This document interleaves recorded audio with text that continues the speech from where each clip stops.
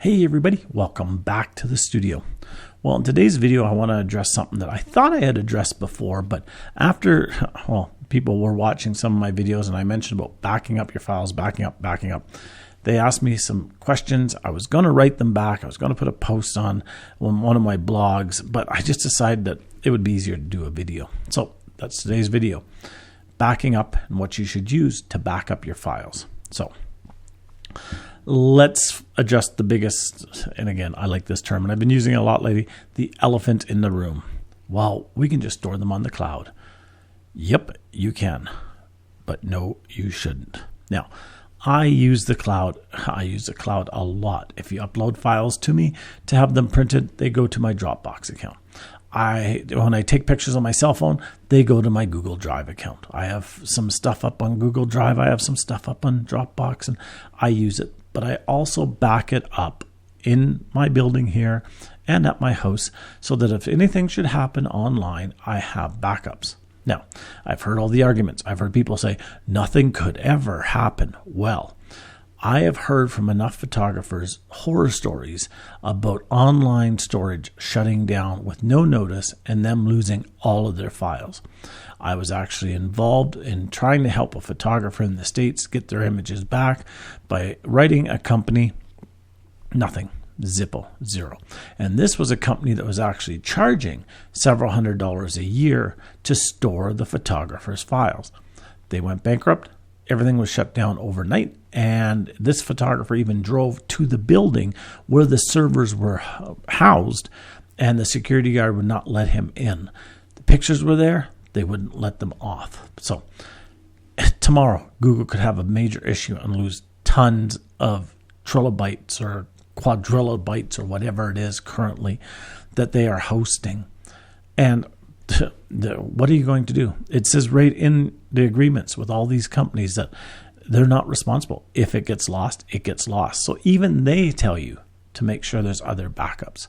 So I'm not a big one for backing everything up on the cloud and leaving it there. I believe in backing up other ways. So let's address some of the ways that I have been asked. First one I'm going to address is camera cards. Can you just shoot, leave the images on the camera cards, and then go out and buy another camera card? Yes, you can. Is it cost effective? It's not bad, but it's not great. If you shoot a lot, it is bad. But it will work. It'll just cost you more money. People have asked me how archival are camera cards.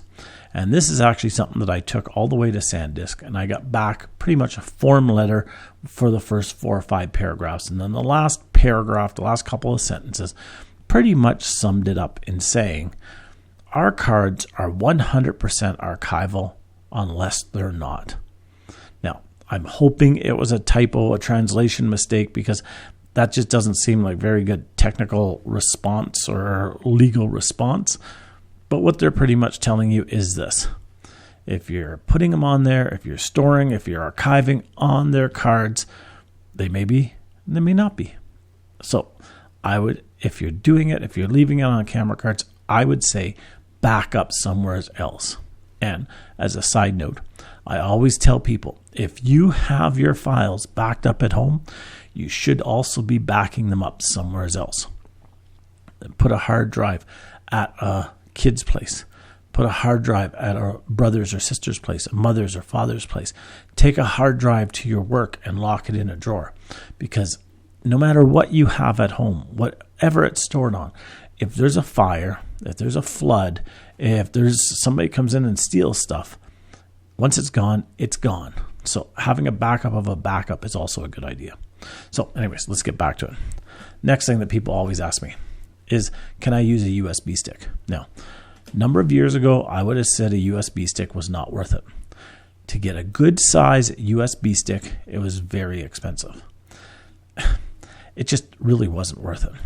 But USB sticks have really dropped in price, and it is becoming a lot more cost effective to do that. And the great thing about USB sticks is they're very easily portable.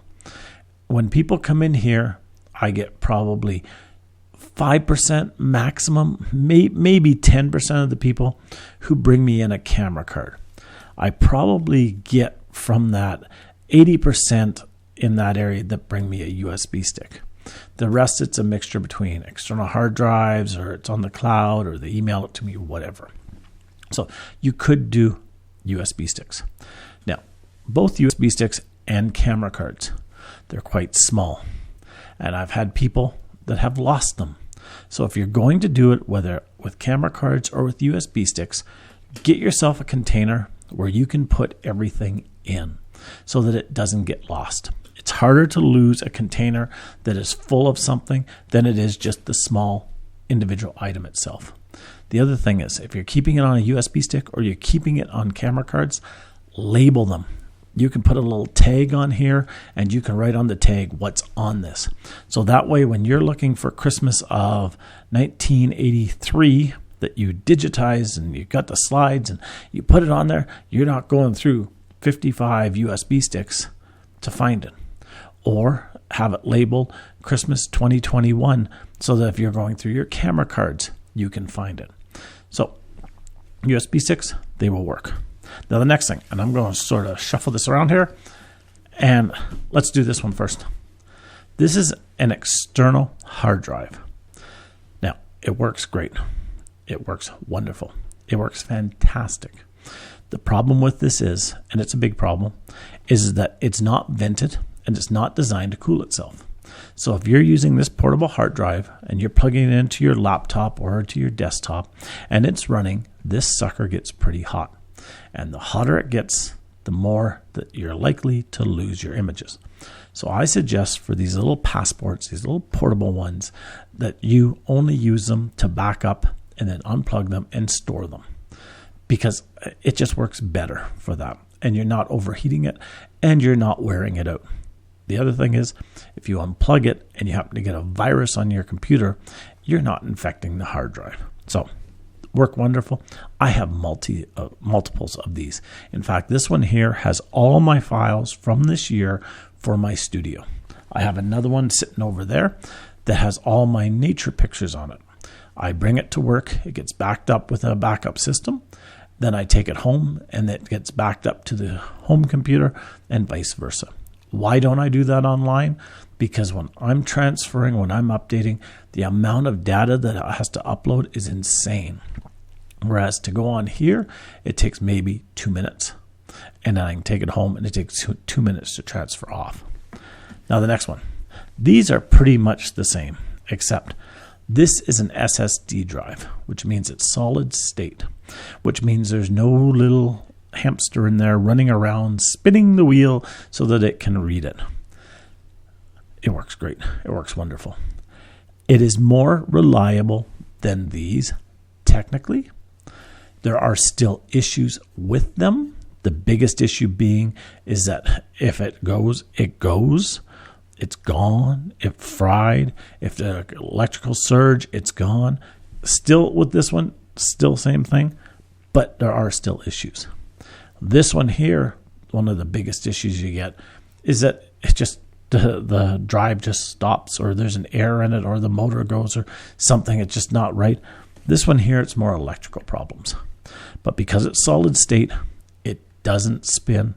It's much faster. In fact, if I put these on the same port on a computer and I download a shoot, on this one it may take me 5 minutes, 6 minutes, 8 minutes. On this one, it may take me a minute, 2 minutes, 3 minutes. So it's much faster, much smaller. You can shake it, you can do whatever. I did find, and I have found with the solid state drives, that they do get ridiculously hot when you use them. Now, is it dangerously hot? I've not been able to determine that. I've tried doing some research. Nobody seems to say there's a problem with it, but they do tend to get really hot. So I treat this as, again, like I do this one. I plug it in, I upload to it, and then I unplug it and put it in storage. Now, this one. This is another external hard drive similar to this one. It is designed to plug in to your computer, plugs into the wall so it's powered, and it's got cooling vents and cooling fans on it so that it will cool. It doesn't draw power from your computer, whereas both of these do.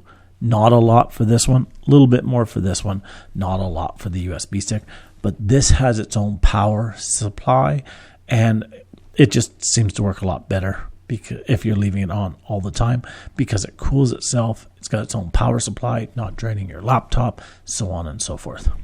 I use these like crazy.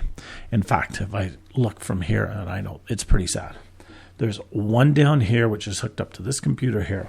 There's another one on this computer back here that's hooked up there. These two are mirrored. Then I have at home 2 of these hooked up onto my home computer. One holds my nature and wildlife photos, and the other one holds my photos for the studio, basically, and all my files for the studio. I love these. I have not had an insane failure with them. I have had issues. Fortunately, the times that I've had issues was when I was installing new ones. So if you're going to store, if you want something that'll run 8 hours a day, 10 hours a day, 12 hours a day, get one that's cooled, get one with fans, get one with whatever, and use that. Now, people are probably saying, well, why can't I just put another drive in my computer? You can. You can put multiple drives in your computer. In fact, this computer over here has 3 drives in it. It has the operating drive. It has a, I guess you would call an intermediate drive, or where the programs store all of their files that they're using currently. And then it has a hard drive that stores all my pictures and everything. But here's the thing. Any of these, as long as they're set up correctly, if your computer packs it in, you can just take this from one computer and plug it into the other computer without an issue.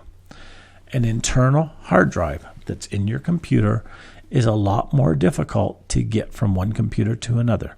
Can be done, but this is simple.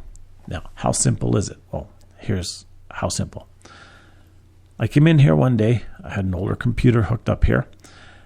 Windows had done an update. The update screwed up the computer. I needed to get to work. I only had the one computer that was here that had all my pictures on it, but I had another computer in the back. So what did I do is I shut down this computer up here. I unplugged this drive. I walked into the back, plugged it in, and I had all my files, everything ready to go. I could start printing immediately from that computer, just like I was sitting up front. I then came back to this computer, had it do the update all over again, deinstalled some stuff, reinstalled some stuff, had to do the update again, so on and so forth. You get the idea. And finally, after several hours, it started to work. Well, during that time, I still had all my pictures.